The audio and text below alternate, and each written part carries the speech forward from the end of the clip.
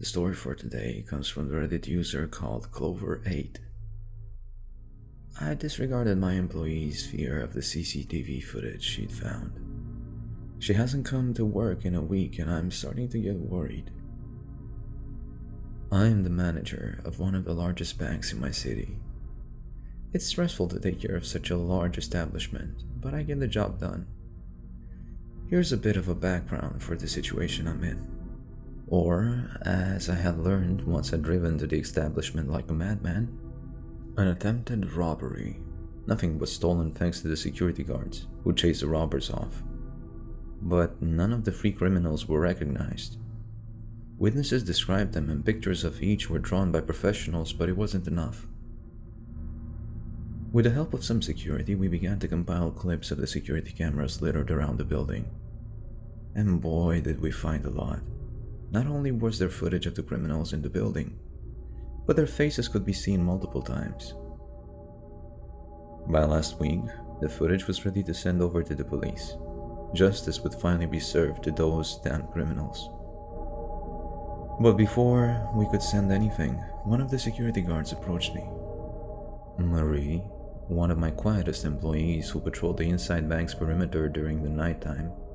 Despite having worked for me for almost 8 years now, she never approached me asking for help. That was until last Thursday, the day before when we were supposed to send the CCTV footage to the police. I received an email that day at around noon, while Marie wasn't at work. She asked me to send her the footage, saying she just needed to confirm a suspicion, and I trusted her. I sent the final product, but that didn't tame Marie. She asked again to see all the footage. When I tried to ask why, she gave me another vague excuse. Despite her odd behavior, I sent the footage to her. She had a right to see it. She was on duty while the robbery happened after all. And Marie had never gone against us in the past, so why should she now? I let myself forget about the conversation as I continued on responding to emails. I almost jumped out of my skin at the sound of my office door being pounded about an hour later. "Marie, what are you doing here?" I asked, letting her stumble into my room. "Your shift doesn't start until 7 p.m. "I know, James, I know. Marie slumped over in one of the chairs facing the desk, only continuing when I sat down as well. "The night of the robbery, right before the alarms were triggered. I don't know what it was, but I think it attacked and possessed me." What the hell was she on about? "I'm sure nothing like that happened to you. That's impossible." I thought my words over before I spoke. "Have you gone to a professional, like a therapist? They could help you." "This isn't made up, James." Marie rose from her chair, pulling out her phone and swiping the screen furiously. "I asked you for the CCTV footage because I knew something was up, and look at what I found." True to her word, the clip was from the footage of the night of the robbery. The camera recording was located in the corner of B Hall, the opposite side of the building where the robbery had taken place. I'd only skimmed through this recording before. Marie was standing beside an office door, all alone on guard. Nothing seemed out of the ordinary so far. "Look, right here." She pointed at the end of the hall. Something turned the corner. I couldn't tell exactly what it was though, the pixelated recording and all that. The figure was black, but it seemed almost translucent. The robbers were wearing all black, but it couldn't be one of them. Nobody was tall enough to almost hit their head on the 10-foot ceiling. It looked like a generic CGI demon straight out of a low-budget horror movie. Marie, who had turned the other way, noticed the creature just then. She opened her mouth in what I can only assume was a scream as the demon raced straight towards her. Again, I couldn't tell exactly what was happening due to the low quality.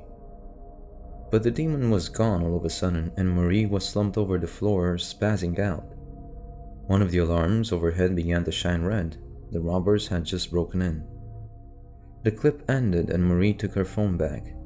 "Do you believe me now?" she asked.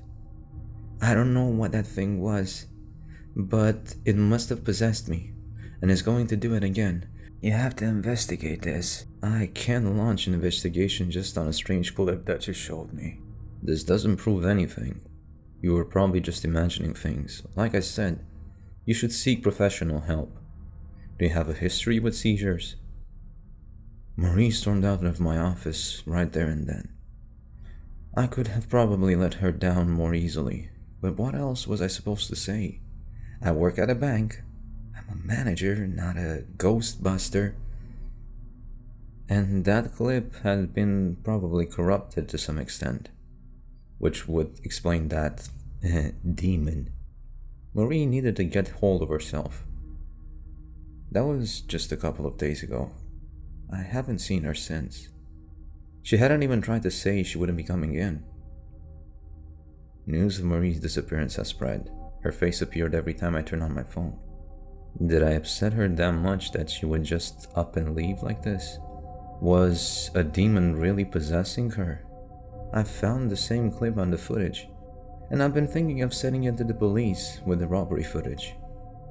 I don't want them to think I'm crazy though. I have a reputation to sustain. The end.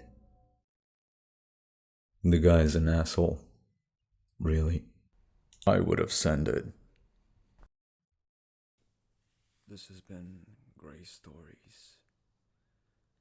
I hope you liked them. Good night.